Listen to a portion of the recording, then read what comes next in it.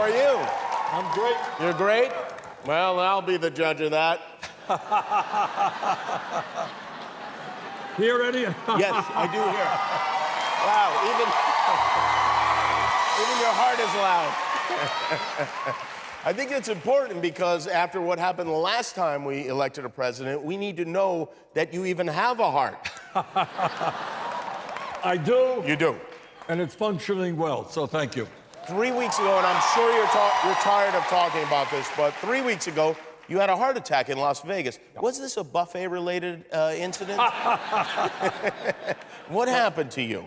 Well, it turns out, unbeknownst to me, that I had an artery that wasn't functioning very well. And they put a stent in? 2 stents. 2 stents? And it's a fairly common procedure. It happens Yes. about 1 million times a year in the United States. And next day I was walking. A couple of days later, I was out of the hospital. And I'm back on the campaign. Yeah, you didn't spend much time in bed, did you? In fact, we have a video here. I don't know if you've noticed this, but I noticed it. I saw it on the news. You went for a walk a couple of days after the heart attack, and I noticed your wife, Jane, the hat she's wearing says, Kimmel for vice president. Now, was this... She's a good politician. I mean, look, I wanted to sit down and talk to you about something. No, you don't, believe me. Yeah.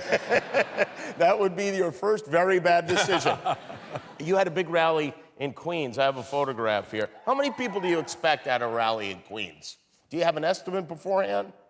We had RSVPs, and we had about 20,000 RSVPs. 20,000? And we ended up with 26,000 people, so that was pretty good. 26,000 people. Like a Fish concert. And I was very pleased that we had Alexandria Ocasio-Cortez with me, who's part of our campaign. And she has done an extraordinary job. She endorsed you. Yes. She endorsed me. She's a real champion of working families, of immigration reform, criminal justice reform, and she and I are going to work very hard on taking on the fossil fuel industry and transforming our energy system away from fossil fuel to energy efficiency, sustainable energy, and save this planet from climate change. That would be nice. And what I like most about her is she is inspiring working people and young people all over this country to get involved in the political process. And if there has ever been a time in American history where we need millions of people to step up to the plate, take on Trump, and fight for justice, this is that moment. For sure. This impeachment journey that we're on is getting weirder. I'm sure you know that today, a group of Republicans, House Republicans, stormed a private meeting in which some witnesses were being interviewed, and they refused to leave the meeting until, I don't know what they wanted because there are Republicans included in this proceeding, but what is happening? I think they're nervous. I think they're trying to disrupt the process. I think they understand that when you look at the record, you have a president who has tried to obstruct justice with the Mueller report.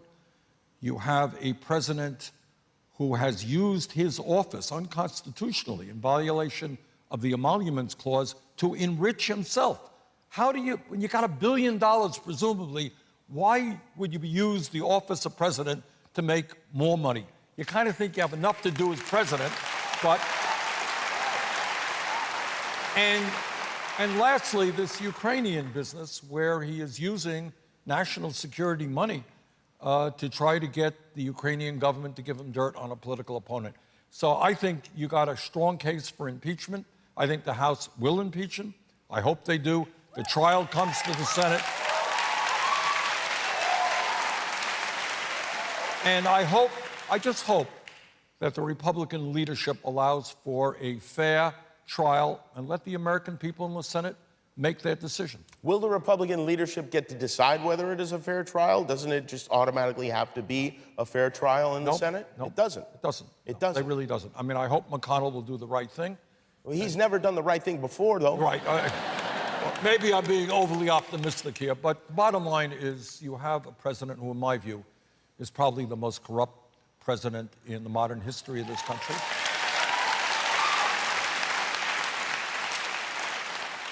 And the American people need to hear from both sides, he'll have his defenders there, what he has done. Do you think Mitt Romney is the key to getting some of these Republicans to really look at the facts instead of... Jimmy, I'll tell you one of the things that has been really sad, and I say this not in a partisan way. Trump is Trump, but you would think that you have a lot of Republicans, I know many of these guys, in the Senate and the House, who are not liars, they're not racist, they're not sexist, they're not homophobes. And yet they have been intimidated and frightened by this president. And with very few exceptions, they don't have the guts to stand up and tell the truth about what's going on. I hope that in this process, some of these Republicans understand that the future of this country is more important than just Donald Trump. Senator Bernie Sanders is here. We'll be right back to Brooklyn. There it is.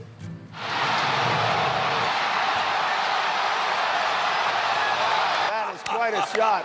Not the way to warm up to the hometown crowd, but...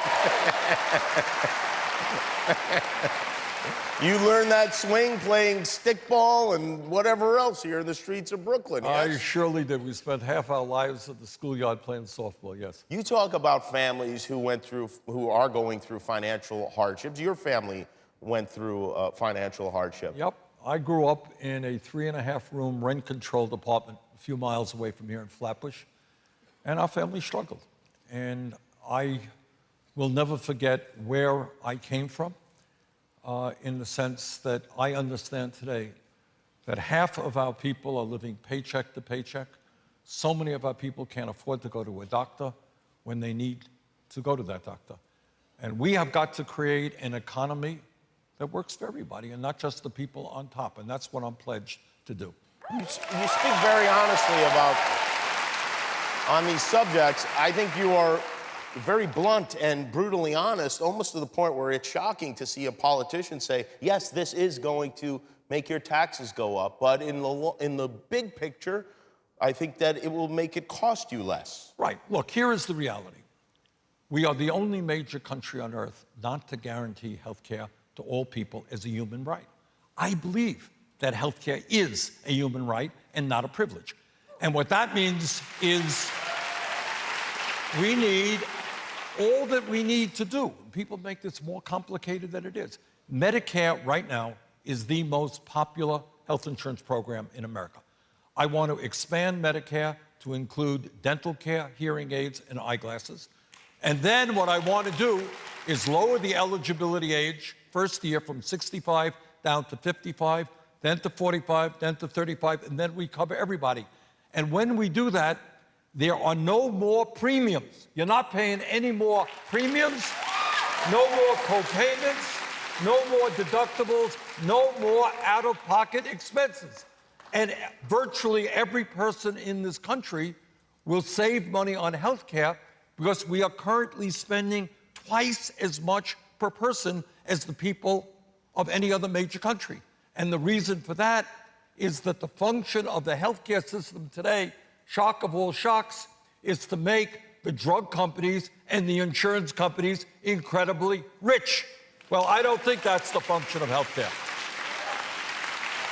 So, if you are paying, just as an example, if somebody who is self-employed today is paying $15,000, $20,000 a year in premiums and out-of-pocket expenses, that's all gone.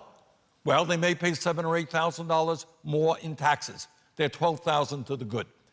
And that's what we have got to do. We have to do what every other country does, is make sure that anybody can go to any doctor they want, whenever they want, and not worry about the cost of health care. Now, how often do you get back to your old neighborhood here in Flatbush? Not as often as I... So we sent a camera crew to you. I don't know if you've ever met the family, but we sent the camera crew to your old place just to see who is living there now. And it's interesting because I'm not sure. Well, here you go. Who are you? Hi, did you know that Bernie Sanders used to live here? Mom, there's someone at the door. What are you selling? Go back to Wall Street. We're not billionaires. But did you know Bernie Sanders, he used to live here? Never heard of him. Well, they weren't that friendly, but at least there's a family living there.